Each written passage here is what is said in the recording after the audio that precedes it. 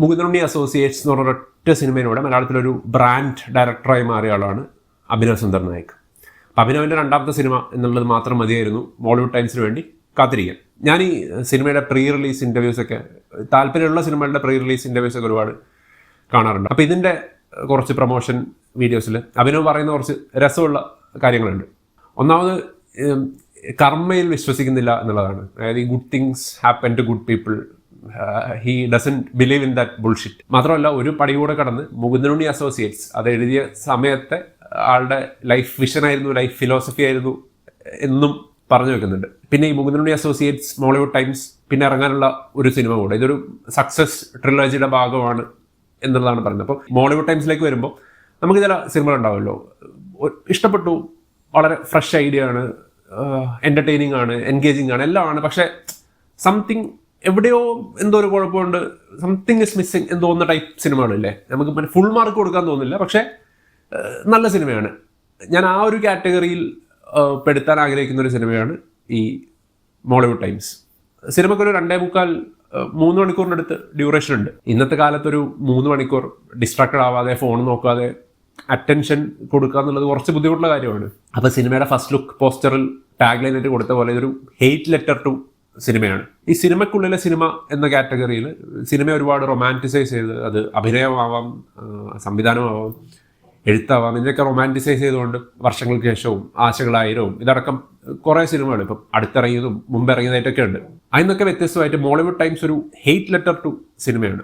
As an insider 10-15 വർഷത്തോളം ഇൻഡസ്ട്രിക്കുള്ളിൽ work ചെയ്ത ഒരാളെന്നുള്ള രീതിയിൽ സിനിമയ്ക്കുള്ളിൽ ഒരുപാട് മോശം പ്രവണതകൾ തുറന്നു കാണിക്കുക എന്നുള്ളൊരു ഉദ്ദേശം കൂടി സിനിമയ്ക്കുണ്ട്. ഇപ്പോൾ ടാലൻറ്റിനേക്കാൾ കൂടുതൽ മീഡിയോക്രിറ്റി സെലിബ്രേറ്റ് ചെയ്യപ്പെടുന്നത്, അല്ലെങ്കിൽ കള്ളപ്പണം വെളുപ്പിക്കുന്നത്, സ്ക്രിപ്റ്റ് അടിച്ചു മാറ്റുന്നത്, ഐഡിയ അടിച്ചു മാറ്റുന്നത്, ഒരാളുടെ അധ്വാനം വേറൊരാൾ ഹൈജാക്ക് ചെയ്യുന്നത് മുതലായി ഒരുപാട് ഒരു സ്ട്രഗ്ലിംഗ് ഫിലിം മേക്കർ കടന്നു പോകേണ്ടി വരുന്ന ഒരുപാട് സിറ്റുവേഷനിൽ കൂടെയാണ് ഈ സിനിമ മുന്നോട്ട് പോകുന്നത്. അപ്പോൾ ഇതിലെ നെസ്ലിൻ്റെ ക്യാരക്ടർ എന്ന് പറയുന്നത് ഈ ഇൻ്റർവ്യൂ കണ്ടിടത്തോളം അഭിനവിൻ്റെ ഒരു ഓൾട്ടർ ഈഗോ ആണ്. അതായത് തൻ്റെ കഴിവിൽ അങ്ങേയറ്റം കോൺഫിഡൻ്റ് ആയ, തനിക്ക് വലിയ കാര്യങ്ങൾ ചെയ്യാൻ കഴിയുമെന്ന് വിശ്വസിക്കുന്ന, ചുറ്റുമുള്ള പലരെക്കാളും കഴിവ് തനിക്കുണ്ട് എന്ന് വിശ്വസിക്കുന്ന, അത് തുറന്നു പറയുന്ന ഒരാളാണ് അഭിനവ്. അപ്പം അതുപോലൊരു ക്യാരക്ടർ തന്നെയാണ് നെസ്ലിനും.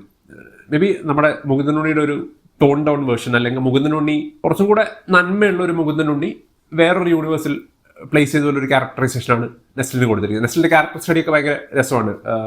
ഒരു കമ്മിങ് ഓഫ് ദ ഏജ് സിനിമയാണ്. 2011-13 ആ ഒരു കാലഘട്ടമാണ് പ്രധാനമായിട്ട്. അപ്പോൾ കഥയിലേക്ക് ഞാൻ കൂടുതൽ കടക്കുന്നില്ല. എടുത്തു പറയേണ്ടതില്ല നെസ്ലിൻ്റെ പെർഫോമൻസ് ആണ്. നെസ്ലിൻ്റെ വൺ ഓഫ് ദ ഫൈനസ്റ്റ്, അതായത് നെസ്ലിൻ്റെ ഒരു കംഫർട്ട് സോൺ ഉണ്ടല്ലോ, നമുക്ക് ഇഷ്ടപ്പെടുന്ന ബോയ് നെക്സ്റ്റ് ഡോർ, പ്രേമലു, അല്ലെങ്കിൽ ജോ ആൻഡ് ജോ, ഈ സിനിമകളൊക്കെ നമ്മൾ കണ്ടൊരു നെസ്ലുണ്ടല്ലോ, തണ്ണീർമത്തൻ, കൗണ്ടർ അടിക്കുന്ന ഫണ്ണി ഗൈ, ആ ഇമേജ് ബ്രേക്ക് ചെയ്ത് എൻറ്റയർലി ഇത്രയും കാലം ചെയ്യാത്ത ടൈപ്പ് ഓഫ് ഒരു ക്യാരക്ടറായിട്ട് ഈ സിനിമയെ മൊത്തം ഷോൾഡർ ചെയ്തത് നെസ്ലിനാണ്. വിനീത് മാധവനായി ഒരു കംപ്ലീറ്റ് ട്രാൻസ്ഫോർമേഷൻ സ്ക്രീനിൽ കാണാൻ പറ്റി. പിന്നെ ഒരു ചെറിയ പ്രശ്നം തോന്നിയത്, ഇപ്പം ഞാൻ തന്തവയതാണെന്ന് പറഞ്ഞുകൂടാ, എൻ്റെയൊക്കെ മനസ്സിൽ ഈ സിനിമയ്ക്കുള്ളിലെ സിനിമ അല്ലെങ്കിൽ ഒരു സ്ട്രഗ്ലിംഗ് തിരക്കഥാകൃത്ത് എന്നൊക്കെ പറയുമ്പം മനസ്സിലുള്ളൊരു ഇമേജ് ഉദയനാണ് താരത്തിലെ ഉദയഭാനുവിൻ്റെയൊക്കെ ഒരു ഇമേജാണ്. ഇതിൽ വിനീത് മാധവൻ എത്ര 22-23 വയസ്സ് പ്രായമാണ്. അപ്പോൾ ആ ഒരു പ്രായത്തിലുള്ള സ്ട്രഗിളിനോട് ഒരു പരിധിക്കപ്പുറം അങ്ങ് കണക്റ്റ് ആവാൻ സാധിച്ചില്ല എനിക്ക് പേഴ്സണലി.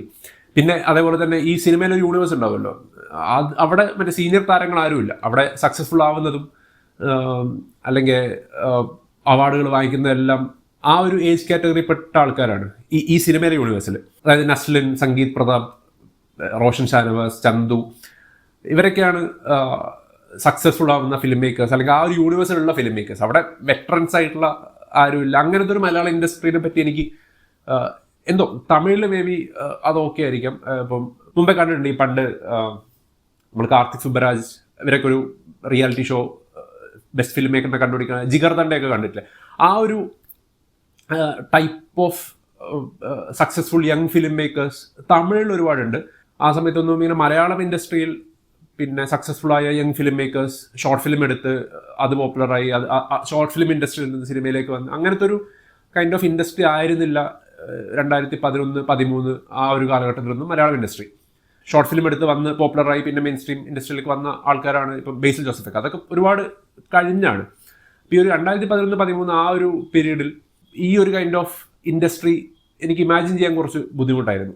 മേ ബി അഭിനവ് എന്ന ഇൻ്റർവ്യൂവിൽ പറഞ്ഞ പോലെ ആൾ കുറേ കാലം ചെന്നൈയിലുണ്ടായിരുന്നു, തമിഴ് ഷോർട്ട് ഫിലിം ഇൻഡസ്ട്രിയിൽ വർക്ക് ചെയ്തിട്ടുണ്ട്. അപ്പോൾ കുറച്ചും കൂടെ തമിഴ് ഇൻഡസ്ട്രി, മോളിവുഡ് ടൈംസ് ആണ് പേരെങ്കിലും കുറച്ചും കൂടെ ഒരു തമിഴ് ഓഡിയൻസിന് റിലേറ്റ് ചെയ്യാൻ പറ്റുന്ന, അല്ലെങ്കിൽ ആ ഒരു പിന്നെ short film makers getting popular, feature film ചെയ്യുന്നു. ഇപ്പോൾ കാർത്തിക് സുബ്രാജ്, നളൻ കുമാരസ്വാമി, അല്ലെങ്കിൽ അൽഫോൺസ് പുത്രൻ, ആ ഒരു കൈൻഡ് ഓഫ് കരിയർ ട്രാജക്ടറി മോളിവുഡിൽ എത്രത്തോളം ഓക്കെ ആണെന്നുള്ളൊരു പ്രശ്നം എനിക്ക് ത്രൂ ഔട്ട് ഇങ്ങനെ ഫീൽ ചെയ്തു.